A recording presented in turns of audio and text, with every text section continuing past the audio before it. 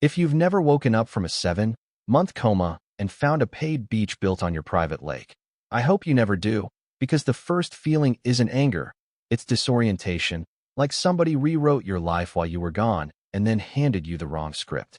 My name is Logan Mercer, 38, construction engineer and sole owner of Silver Maple Lake, a little over 2 acres of water my grandfather Henry Mercer bought in 1968, tucked inside a neighborhood called Oakview Summit, but protected by a deed clause that put it outside HOA control, the one piece of land in the world that was supposed to be ours. No committees, no votes, no fines. 7 months earlier, a drunk driver blew a red light in March and turned my truck into shrapnel. The world went black. Doctors told my family I might never wake up. Machines breathed for me while seasons changed without my permission. When I finally opened my eyes in October, the trees had turned, summer was gone, and everyone kept saying the same thing. Take it slow, don't push. But there was one place I needed to see more than I needed rest. My sister Emily drove me home, knuckles white on the steering wheel, eyes raw from crying and months of hospital air.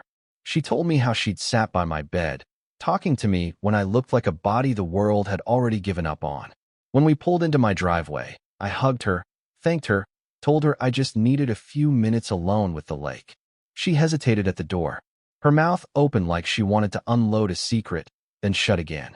"Call me if you need anything, okay?" she said, voice tight in a way that didn't match the words. I stepped out the back door expecting the narrow dirt trail I'd followed since I was a kid, winding through oaks and brush, but halfway down my body knew something was wrong. The soft earth had become a wide gravel path. The wild growth was shaved down, lined with decorative stones. Over the October wind, I heard bass.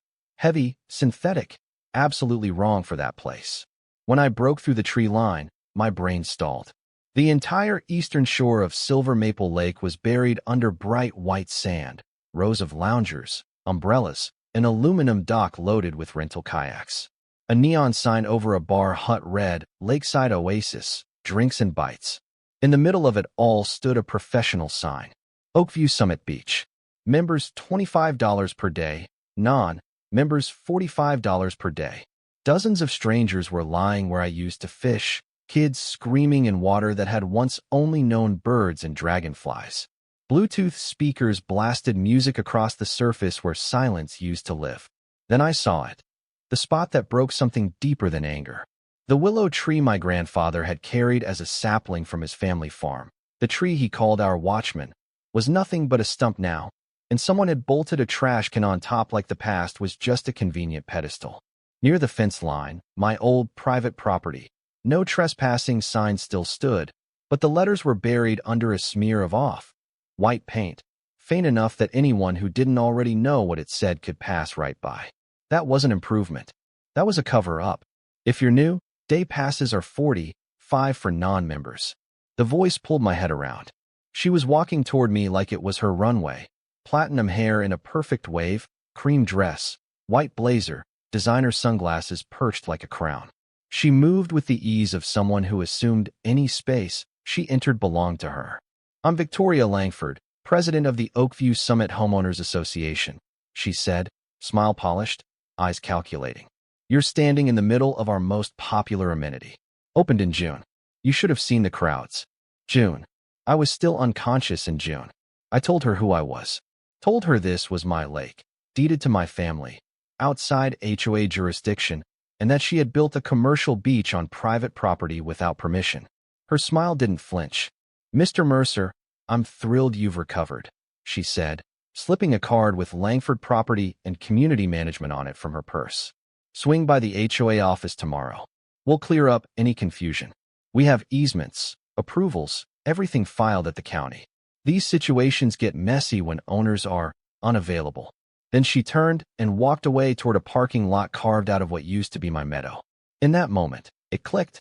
She hadn't stumbled into a mistake while I was gone. She'd been waiting for the chance. She thought I'd never wake up. She thought this place was hers now. She had no idea what I was about to do. The next morning, I walked into the Oakview Summit Community Center, told the receptionist I didn't have an appointment because you don't schedule a meeting to ask why someone paved over your memories. 5 minutes later, Victoria appeared, same smile, same controlled warmth, and led me into an office decorated like a shrine to herself. Awards, ribbon, cuttings, stacked folders on a massive desk. She started with sympathy, talking about how hard it must be waking up to unexpected changes, but I cut through the fog and laid out the deed. Silver Maple Lake. Purchased by Henry Mercer with a clause explicitly excluding it from HOA jurisdiction. She listened, nodded, then opened a drawer and slid a manila folder across like a winning hand. Temporary easement agreement, April 14th. At the bottom, Emily Mercer, legal guardian during incapacity. The legal jargon was thick, but the outline was simple and brutal. HOA could make any improvements it wanted. The deal lasted 24 months or until my return to capacity, whichever came later. All revenue belonged to the HOA. Down in the corner, prepared by Langford Legal Group, her husband's firm. I asked how she expected anyone to believe this wasn't a conflict of interest, how an agreement giving her organization total control over someone else's land sailed through legal review. Her smile tightened. Our counsel expedited it due to your condition, she said. Your sister was very cooperative. The board felt urgency was in the community's best interest. And the agreement, Mr. Mercer, is binding. The beach is a major revenue source, but we're open to offering you a modest percentage if you prefer cooperation over conflict. I told her I wanted my lake back, not a profit-sharing plan on stolen ground. Her face went cold. Then hire a very good lawyer, she said. I don't lose. I left with the folder and headed straight to the county records office. A clerk helped me pull everything tied to my parcel. The original deed was exactly how my grandfather left it. My name, non. HOA clause, no liens. But there was a new filing. A community amenity improvement notice from Oakview Summit HOA, recorded 5 days after Emily's signature, claiming my lake as an HOA-controlled amenity. When I asked how that didn't clash with the deed, the clerk shrugged. We open a 30-day comment period. If nobody objects, it stands, he said, then lowered his voice. This one came with a recommendation letter from Commissioner Robert Hale's office to expedite. That usually means connections. Outside, sitting in my car, the weight of it landed. Fake easement, shady filing, a county office happy to stamp whatever passed in front of them as long as the right letterhead was attached. A knock on my window made me jump. An older man, silver hair, worn cardigan, eyes scanning the lot like he expected watchers. You're Henry's grandson, aren't you? He asked. I'm Martin Ellison. I live down by your property. Been trying to get in touch with you for months. He glanced around again. Not here.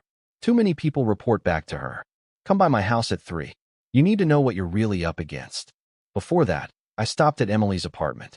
She opened the door already crying, words tumbling out. How Victoria came with a simple maintenance form. How she was half awake from grief and hospital nights. How she didn't read every paragraph. How she realized too late what she'd signed. Then she handed me a certified letter from Langford Legal, threatening to sue her for over $1 million if she ever claimed she'd been tricked, quoting emails, calls, even twisting her voicemails into proof she'd understood. She records everything, Emily whispered, or rewrites it so it looks that way. I'm the one who signed, Logan. I handed her your lake. I told her what I wish someone had told me sooner, that desperate people make easy targets, and the crime belongs to the hunter, not the one bleeding. At Martin's place, I walked into a living room turned evidence bunker, filing cabinets, labeled boxes, stacks of paper. Retired real estate attorney, he said. Thought I left this behind until Victoria tried to move my garage line and nearly cost me my house. That's when I started watching her. He opened a thick folder. For 3 years he'd tracked her. A development group called Harborcrest Waterfront Holdings buying up private lakefront parcels. Valuations showing lakes like mine going for over $2 million. And the Langford Family Trust holding a 12% stake in Harborcrest. Then he explained the long game. Under state law, if someone uses your property as a community amenity, openly and continuously, for 7 years without challenge, they can pursue prescriptive easement, permanent legal access. The fraudulent filing didn't just turn my lake into a beach. It started the clock on a 7-year plan to make it hers forever. I asked why he hadn't blown the whistle harder. I tried, he said, staring out the window. Filed complaints. Got threatened with lawsuits. Suddenly my taxes tripled. She's got friends, commissioners, judges, all smiles at her fundraisers. I couldn't do it alone. But you? Your name is on the deed. You're the crack in her armor. He slid me the number for the State Attorney General's Consumer Protection Unit and told me to take the files home, learn them like blueprints. The next week, that's exactly what I did. As an HOA member, Martin requested the financials. 3 days later, we spread them across his table. Brian Carter, former HOA treasurer, showed up with encrypted backups he'd made before he quit. The numbers were jaw-dropping. For months of operation, $847,000 in revenue. Not a dime to the property owner. Admissions, food and drink, rentals. It was a full-scale business. On top of that, an invoice showing $73,000 paid to Langford Materials for sand that should have cost roughly half that. Overpayment straight into Victoria's household. We added environmental violations for unpermitted sand dumping, building violations for unpermitted structures, and even proof that someone at the community center had accessed my email account to mark the county notice as read, so I'd never see it once I woke up. By Friday, I'd filed complaints with the Attorney General, the Environmental Department, the Building Department, and sent the HOA a demand letter to shut the beach down within 72 hours. 2 days later, Victoria fired back with a single-page letter dripping with arrogance, calling my claims theatrical, promising my efforts would fail, telling me she'd still be there after I burned out. So I changed tactics. If she wanted to play queen in the shadows, I was going to drag her out under stadium lights, in front of her own community. Her first move was PR warfare. An email went out to all of Oakview Summit, painting me as the villain trying to steal a beloved beach, warning of bankruptcy, calling my complaints frivolous. A petition link waited at the bottom. By the time I finished reading, nearly 100 signatures were on it. Trash appeared on my porch. My mailbox was broken. Then came a new threat to Emily. A letter saying if she ever claimed she'd been misled, they'd sue her personally, drag my mental competency into court, try to paint me as too damaged to know what I was doing. Sitting in my living room that night, staring at the stump of the old willow in my mind, I realized what her real calculation was. She believed I'd sacrifice my lake, my pride, even the truth itself, before I let my sister get crushed. She misjudged us. I told Emily if we proved fraud, the easement evaporated, signature and all. Shaking, she agreed to stand with me. Then the cracks in Victoria's empire started to widen. Laura Pierce, a neighbor fined $15,000 over a vegetable garden, knocked on my door with a folder of emails and abuse, plus a list of 7 other families she knew Victoria had gone after, bogus fines, threats of liens, pressure to sell. 4 of them were ready to go public. That same night, Brian sent me an audio file he'd been sitting on, a recording of a March HOA board meeting 2 weeks before my accident. On it, Victoria's voice was clear. Mercer's in a coma. Doctors say he might never wake up. This is our shot to get that lake. If he wakes up, we call it a community decision, 300 households against 1 man. Either way, we win. That was when this stopped being a property dispute and became exactly what it was, a premeditated theft planned around the assumption I'd die. The quarterly HOA meeting was scheduled for the following Thursday. When the night came, more than 200 residents crammed into the community center, 5 times the usual turnout. 2 local news crews set up at the back. Word had spread that something was about to blow. Victoria sat up front in her cream suit, flanked by board members, smile turned up like none of this was touching her. She breezed through the agenda until she reached property owner address and said my name with that tight little edge. "You have 5 minutes, Mr. Mercer." Martin stood and cited state law giving affected owners the right to present evidence without arbitrary limits. With cameras rolling in a packed room, she couldn't shut him down. "Fine," she said. 15 minutes. Then we move on. I plugged in my laptop and walked them through it. The original deed versus the deceptive easement Emily had been tricked into signing. The financial records, $847,000 made on my lake, 0 paid to me. Inflated sand invoice directly enriching her husband. Letters from regulators confirming environmental and building violations. You could feel the room's temperature changing. People who'd signed her petition shifted in their seats. Then I told them we had one more piece. I played the recording. Mercer's in a coma. This is our only chance, 300 households against 1 man. Either way, we win. When it ended, The silence was loud. A voice from the crowd cut through it. That's not community benefit. That's stealing from a man in a coma. Hands shot up, stories spilled out. Laura spoke about the garden fine and threats to take her home. Brian admitted he'd resigned rather than falsify financial records. Years of resentment found a microphone. Someone called for a vote of no confidence in the board. Someone else seconded. Martin cited the bylaws that allowed it on the spot. They passed out paper, counted up front. 156 votes against the board, 31 for, 15 abstentions. 8 years of control dissolved in minutes. Victoria's mask finally shattered. She grabbed the mic, voice rising, screaming about how they'd be nothing without her, how she'd built their property values, how ungrateful they were for the beach she'd given them. Security had to escort her out while the cameras drank in every second. Within 2 days, the video hit local news. HOA president caught plotting to take lake from coma patient. Within a week, the state attorney general's office called.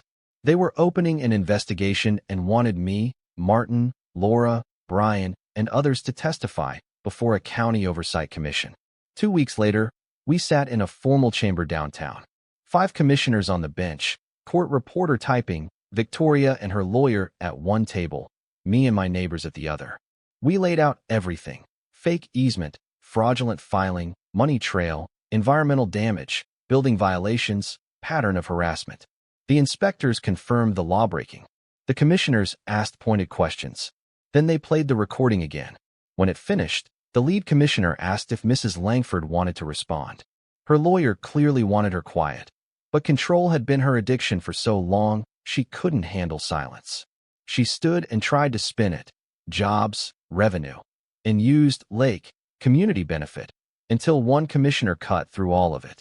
Did you think you had the right to commercialize Mr. Mercer's private property without his consent because he was incapacitated? Her voice snapped. He was never supposed to wake up, she blurted. Do you know what that lake is worth sitting there doing nothing? The room froze. Her lawyer closed his eyes. By the time the commission recessed and returned, it was over in everything but paperwork. They recommended criminal charges for fraud, theft by deception, conspiracy, self-dealing, ordered the HOA to repay the beach revenue, fund demolition and restoration, and pay fines that would sting for years. As they finished, deputies walked over, cuffed Victoria, and led her out past the cameras she used to smile at. Her husband followed, head down. Months later, she would plead guilty and go to prison. He'd get probation and a bill. Their trust would be forced out of Harborcrest, their names turned into a regional warning about HOA power gone feral. But my closure didn't come from a sentence. It came on a quiet morning, 6 months after the dust settled, when Emily and I stood by the water with a young willow sapling between us, planting it exactly where the old one had stood before Victoria ordered it cut down. We didn't say much. We didn't need to. The act said everything. A new sign now stands at the entrance. Silver Maple Lake, Mercer family, since 1968. Private property, respect required for admission. The new HOA leadership, people like Laura, rewrote the rules: transparency, oversight, term limits, guardrails so no one person could ever build an empire out of fear again. One misty morning, I sat on a rebuilt wooden dock, coffee warm in my hands, watched the young willow sway, and saw a blue heron land in the shallows where I used to fish with my grandfather. For the first time since waking up, my chest felt light. My grandfather used to tell me land doesn't really belong to us. We just hold it for the next generation. I almost lost that chance, but I held on, and I want it back. So here's the question I'll leave you with. When power dresses up greed as community good, when the system shrugs as long as the forms are stamped and filed, what do we owe to the people who came before us, and the ones who'll stand where we're standing now? Is it ever enough to look away, when silence itself becomes part of the theft?